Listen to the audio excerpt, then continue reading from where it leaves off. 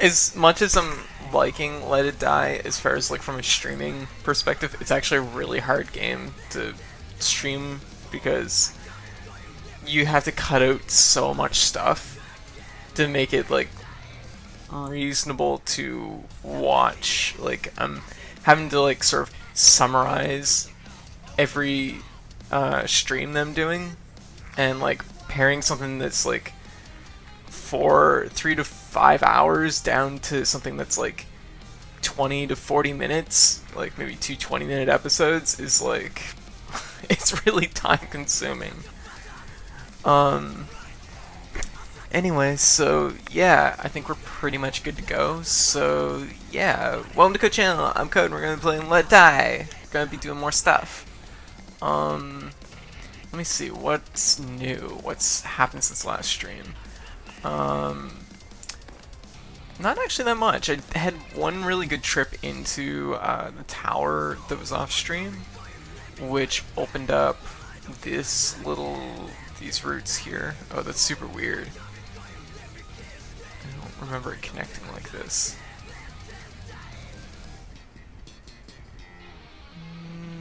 I guess maybe that's right. But opened up this little side elevator here, which is pretty useful. So that'll help me get to the 3rd floor a little bit, like, cheaper, and maybe not quicker, but at least cheaper. Otherwise, I rolled for a premium sticker because I had 50,000 kill coins at one point, and I was like, might as well. And I happened to get this bloodsucker sticker, which it drains enemy health when I attack them and recovers my own health, which is pretty awesome. 7%, which isn't bad.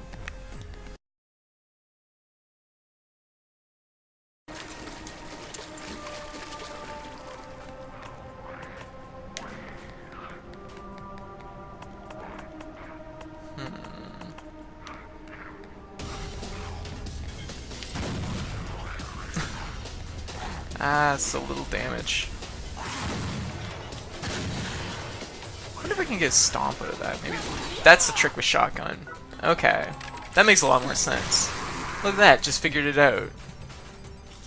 The knockback on it gives you a free stomp, which stomps are really good, so that will also make it hard to level up, but it's still, that makes a lot more sense. That's awesome. I never thought about that until just now. It's like, wait a minute, it knocks them back. I can stomp them. Yeah, that's pretty good. There we go. I knew something was off about shotgun. I was like, this can't be all the damage you're doing. Like, I mean, if you look at like that right there, like I didn't even do like 1/3 that enemy's health. So the trick is that you get a free stomp afterwards.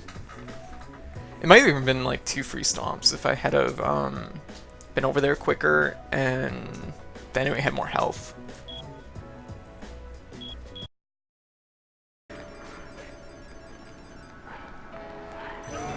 Oh wow, they noticed me like right away.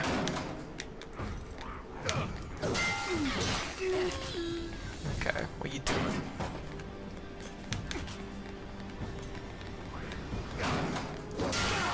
Ooh.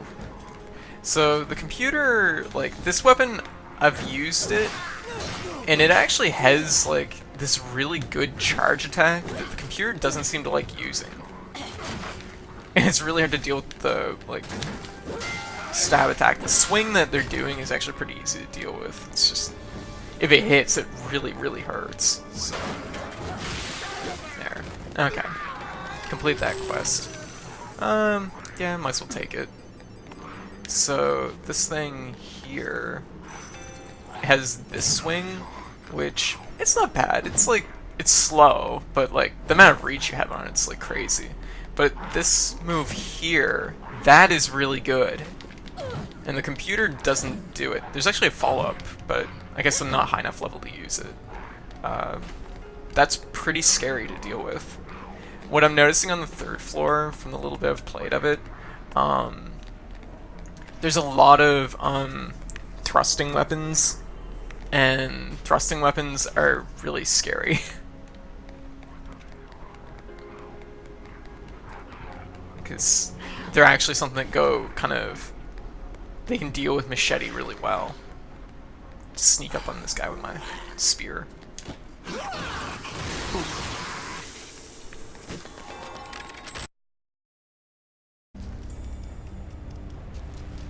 Alright. Let's go up this way. Let's use the shotgun to take out this snail and see if we can... Let's try and fight that beehive. I'm curious. Else, I want to know what will happen. Oh shit! Bees! Bees happened! Now we know. Ah! No! Why would I do that? Why would I stab the beehive? No! Not like this! Oh god. Okay.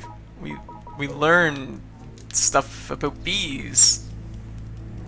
I don't know. I don't know what I thought would happen. I thought the bees would be gone. Open this. It's an iron. Basically useless. I didn't even see this one. Money. Can I like grab the beehive? Okay. It's empty now. It's honeycomb! Yeah. Okay. That's cool. Ugh, this is a little bit of a trip actually to get to the next elevator. It would almost pay for me just to go back. This was kind of a bad I didn't make a whole lot of progress, but I think if I go back, I'll be in far better shape than if I try and go forward. Because if I go back, I can go down to the waiting room, heal up, level up, get fresh supplies, and then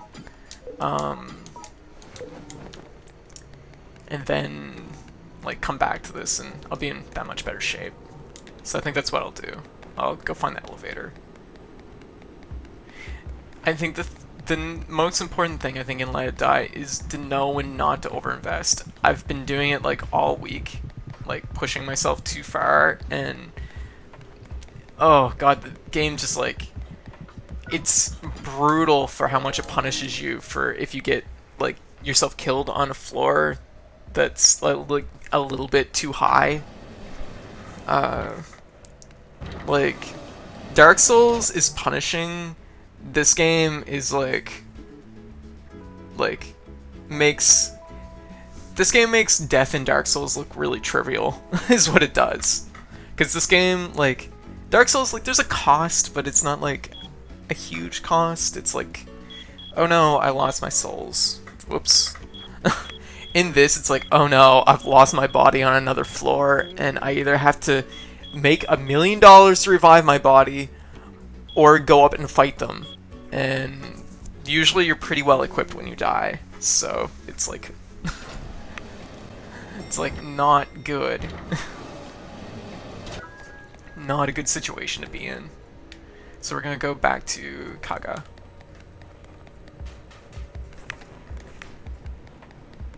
Like, dying in this game is really, really scary. You don't want to die.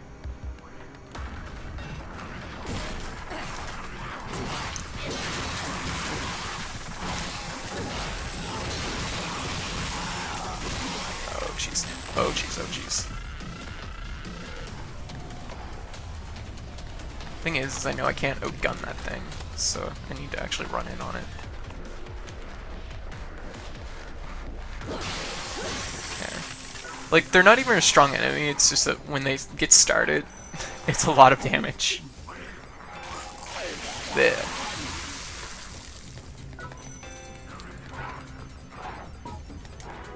Guess we'll take these. Some pants filleta. Oh! It hit the decoy. I thought he was aiming for me. Yeah. Didn't drop his machete. That sucks.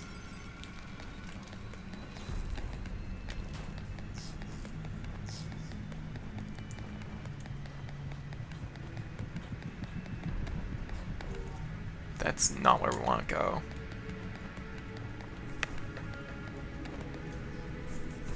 Yeah, like Pokemon, bit of a time sink sometimes. Like they're enjoyable, but like it's a big time investment. Especially if you get caught up in like going for like competitive teams and stuff like that. Oh jeez. Oh.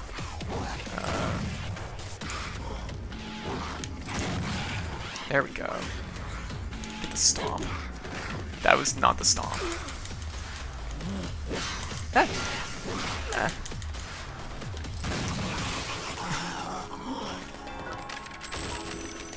Cool. I got a cool hat. Post the first boss, get a machete, like just kind of grind the first couple areas until you can make machetes. When you can make machetes, you will always want a machete on you. Machetes are sort of the game's like maybe central, like the whole meta of the game revolves around the machete. It's just such a good weapon, and you will always want one on hand. Like, I will not buy most of those weapons, but I will always buy a machete, because it's so good. Mostly because, let me just equip it here so you can see. So the thing with the machete, for like a lot of weapons, game. Switching my weapons, and it's like, the game is like, can't handle this in the lobby. Okay, so like with a lot of weapons, like let's say the knife like this, like you have your typical like combo thing. Now watch out for you step forward on the machete. Like this thing is like nasty to fight if you don't have one, because like you cover so much ground. It is fast. It is very fast. Like this thing is like a mean weapon, and you will want one, because you're going to be fighting a lot of machetes in the second area. It's just really solid, so definitely level it up ASAP. I'm trying to think of what I should take with me. Oh, also, don't spend death medals on revives or cooldowns. I mean, that kind of goes without saying. That's a pretty standard thing. Neither of them are worth it. Always spend it on storage. That's like the only thing that they provide right now that's really worth it. I wouldn't even say spending death medals on kill coins is a good idea, because it's only about 5,000 kill coins, which is like, that's potentially only opening 5 chests on a floor, so it's not really worth spending on kill coins.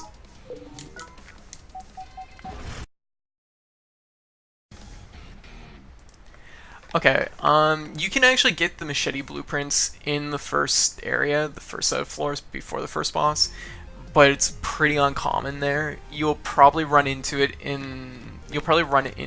on floor, probably floor 11. That's probably the best floor to grind. Makatsutsumi is probably the best room to grind for machete blueprints. They pop up pretty quickly there. Like, I feel like it's a pretty common drop on that floor, so it'll probably show up pretty soon. I don't know how far you are into the game. I assume if you've just started, it's probably pretty early. The bat, okay, I will say the bat, out of all the first area weapons, is one of the better ones for competing with the second area. So each area in this game has its own selection of weapons, and a lot of time, the weapons in that area dramatically outclass the weapons in the previous area. Like, I'd say in the first area, like, really the hammer and the bat are maybe the two best things for going into the next, like, area 2. In area 2, most things will just tear up things from the first area. So each time you get to a new area, it kind of slows down. It's a little bit of a grind, so it definitely be conscious of it. Okay, let's trade some mushrooms. Oh my gosh, I didn't even ask for this. Thank you so much. I love her voice cuts. They're so good.